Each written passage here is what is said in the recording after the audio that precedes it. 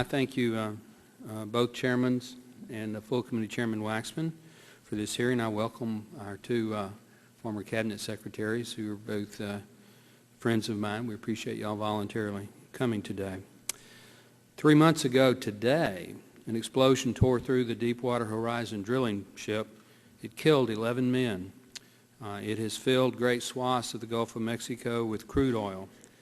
As the spreading spill has focused the nation's attention on what we need to do to stop it and to prevent it from in the future, our job here in this committee has been to conduct a bipartisan investigation to identify what went wrong and try to figure out if there's a way that we can help prevent it from in the future.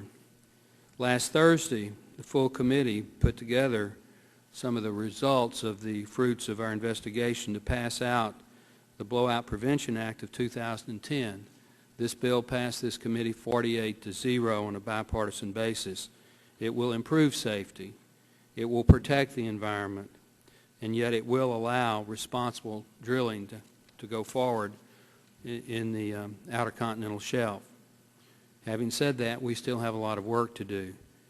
As has been pointed out, right now it appears that the leak has been stopped, but we certainly haven't stopped the economic and environmental harm in the Gulf of Mexico.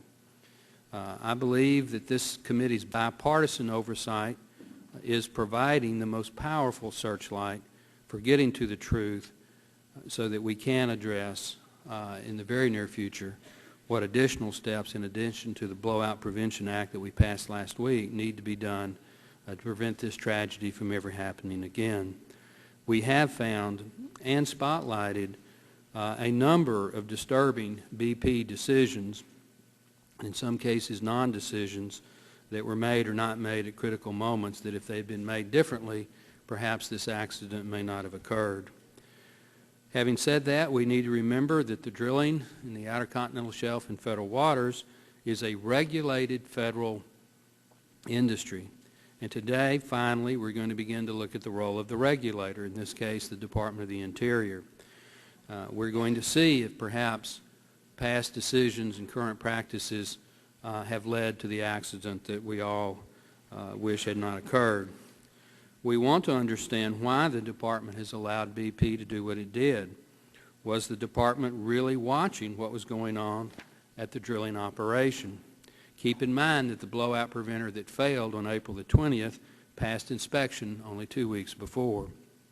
Americans want to understand what the Obama administration's response to the oil spill was and is, both in terms of what it did not do to stop the spread of oil and what it is doing right now, apparently to stop energy production.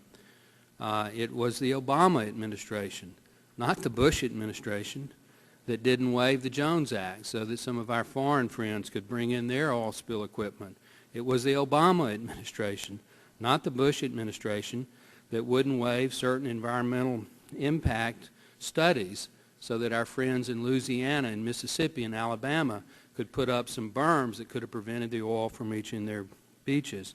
It was the Obama administration, not the Bush administration, that made the decision not to transfer pre-position equipment in other parts of the country for oil spills to the Gulf of Mexico to help in this spill. It was Secretary Salazar, not Secretary Norton or Secretary Kempthorne, that either made or didn't make those decisions. What we have right now is a worst-case scenario. The folks that depend on their livelihood for tourism on the beaches of the Gulf are not having the tourists come because tourists are afraid that the beaches might be soiled. The people that depend on their livelihood for fishing and recreation in the Gulf are not allowed to fish or recreate in the Gulf, and the people who depend on their livelihoods by drilling and working on these offshore rigs and the service facilities that service them are out of work because they're shut down. So we kind of have a lose-lose-lose situation, Mr. Chairman.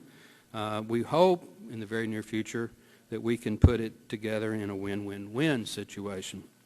The majority has invited former Cabinet Secretaries Norton and Kempthorne today, and we thank them for voluntarily appearing for the transparent purpose, in my opinion, of attempting to focus blame on the Bush administration. But as I have pointed out, the decisions and the non-decisions that are being made and have not been made are not being made by these two individuals. They're being made by Secretary Salazar and President Obama. So I would hope that we will focus most of the attention at today's hearing on the current Cabinet Secretary and not the past Cabinet Secretary. I see my time's expired, Mr. Chairman. I'll put the rest of my statement into the record, but thank you for holding this hearing.